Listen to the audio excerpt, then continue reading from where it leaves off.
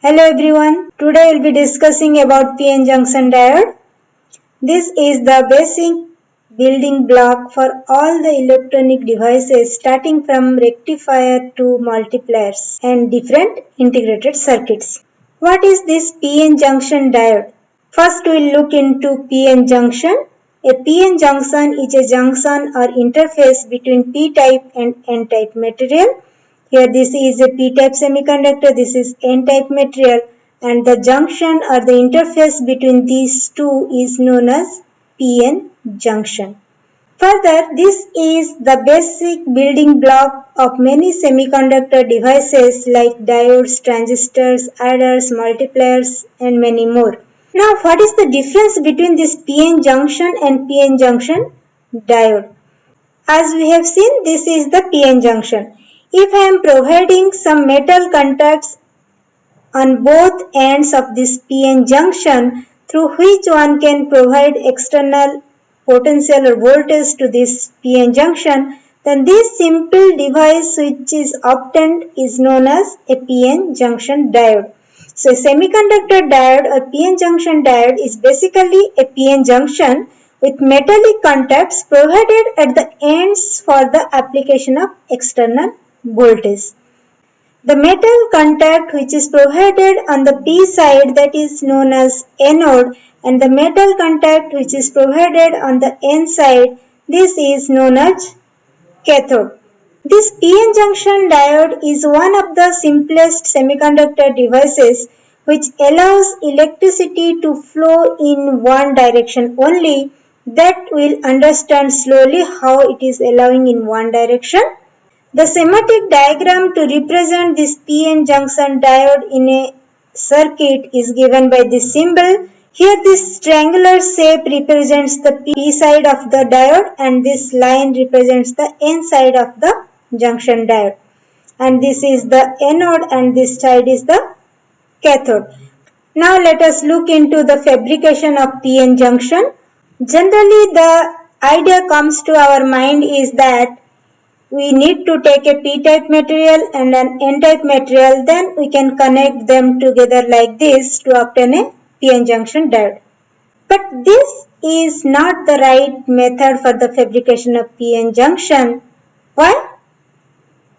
Because when I am combining a P-type material and N-type material, here it is shown in a very magnifying scale, but these things obtained at the atomic scale, and at atomic scale the contact area between these two materials will be very less, that is the area of contact is less at atomic scale.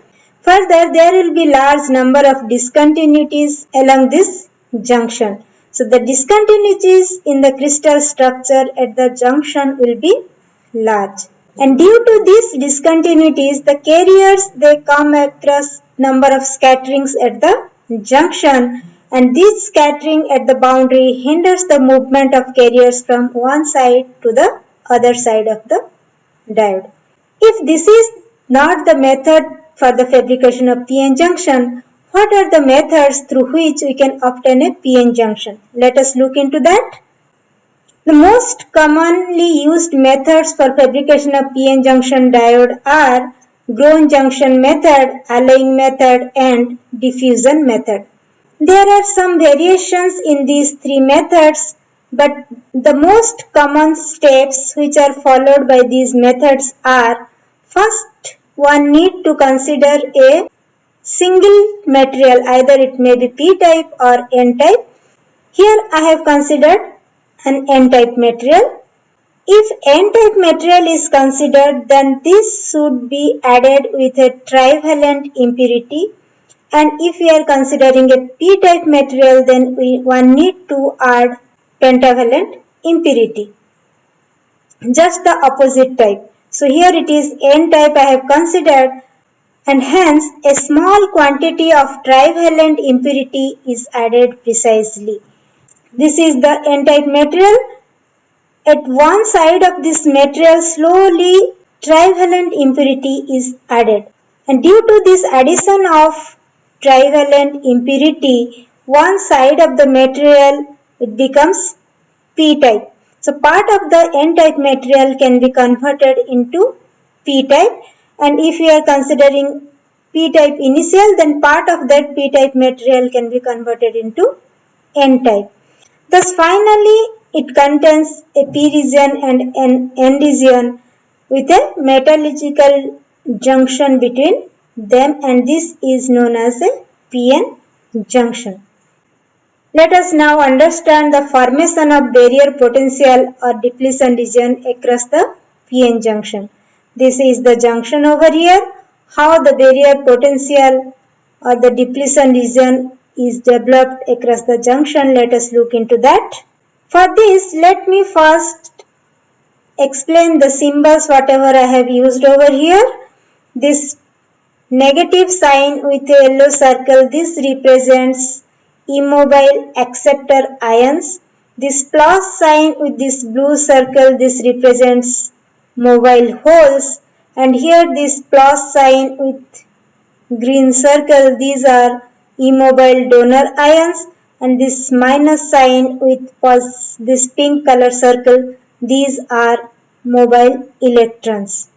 Here the meaning of immobile and mobile is that immobile means these ions, they cannot move from their place, and these mobile holes or electrons, these are the charge carriers which can move from one side to other. Now what is happening at the junction? At the junction, the carrier movements are due to two processes, that is diffusion and drift. We have already discussed about this diffusion and drift in our previous videos. If you have not gone through, please go through that for a clear understanding. First, we'll look into the movement through diffusion. Why this diffusion occurs? As we have already seen, diffusion occurs when there is a carrier concentration gradient, that means there is difference in carrier concentration, and because of the difference, the carriers move from higher concentration region to lower concentration region. Here you can see the holes are the majority carriers in a p-type material, and electrons are majority carriers in case of an n-type material. That means the concentration of electrons is very high at n side and concentration of holes are very high at p-type. And due to this concentration gradient, the electrons, they move from n-type to p-type region and holes move from p-type to n-type. Let me consider this electron. When this electron moves from this place to this place, it combines with the hole over there and they become neutral. And if this is neutral, what is left behind? This is the uncovered acceptor ion which is negatively charged, and at the n side we are getting uncovered immobile donor ion which is positively charged. Similarly, when this electron moves from n side to p side, it combines with a hole over there, leaving behind a negative acceptor ion at the p side and positive donor ion on n side. So this is the third electron I am considering. It is again combining with this and leaving behind these things. Similarly, these electrons, they move from n side to p side, they get combined with holes over there, and hence we are getting negative ions on p side and positive ions on n side, and these ions are immobile, they cannot move from their place.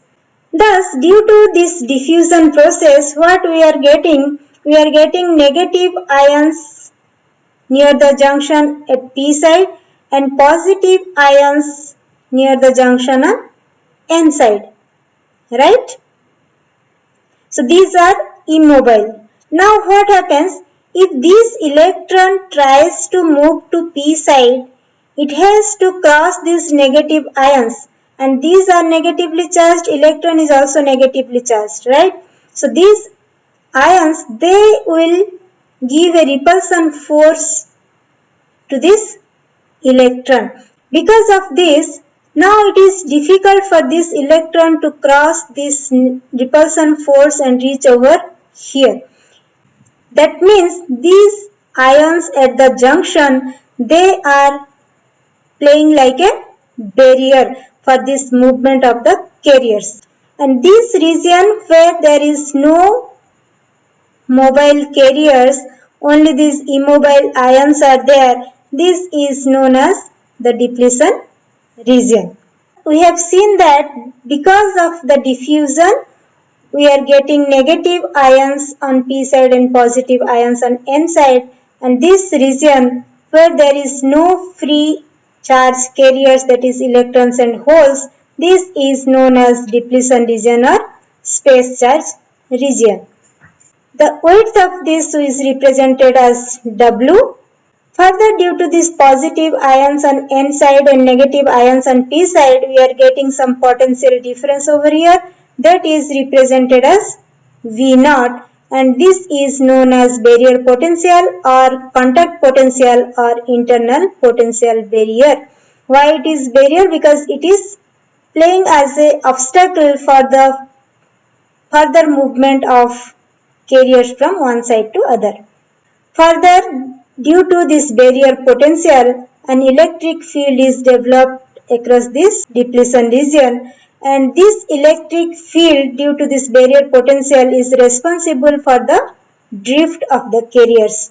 So the electric field E developed due to barrier potential results in drift of carriers.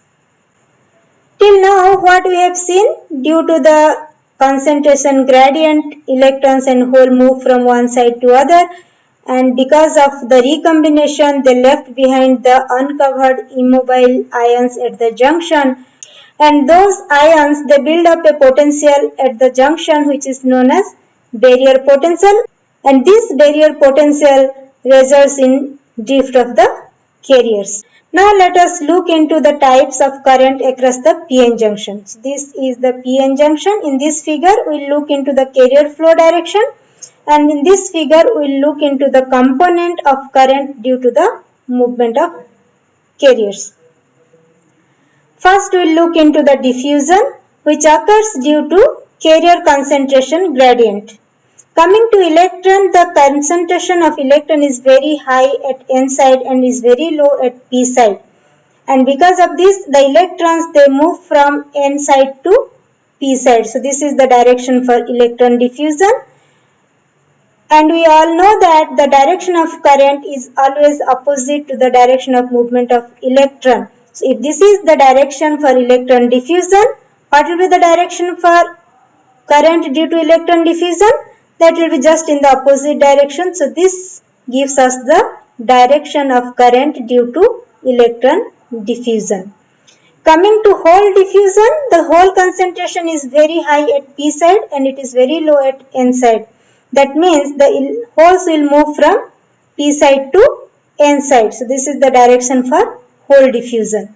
And further, we know that the current direction is always in the same direction as hole movement, and holes are moving from p side to n side, and hence the hole diffusion current is also from p side to n side.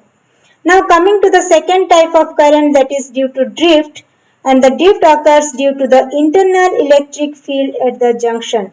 This internal electric field developed due to the barrier potential, and this is the direction of the internal electric field. So if this is the electric field, we have seen that the negative ions get accumulated on the p side and they repel the electron from n side. That means they are giving a force in the direction from p side to n side. This is the electron drift direction. So if the drift of electron occurs from p side to n side, definitely the current due to the electron drift is from n side to p side. Finally, for hole drift, this side we are getting the positive ions. So they will repel the hole in this direction, that is from n side to p side. This shows the direction of hole drift, and the current due to hole movement is in the same as that of the hole movement. So the drift current due to hole movement is from N side to P side. So these are the different components of current due to drift and diffusion of carriers. When there is no external field applied and this is at equilibrium, then all these will be added together to give the net current is equals to 0. Thus, at equilibrium, when there is no potential applied across this junction, the net current is equal to 0. In the next video, I will tell you about the biasing of PN junction diode, where we will see what will be the current direction when we are applying some potential across the PN junction diode.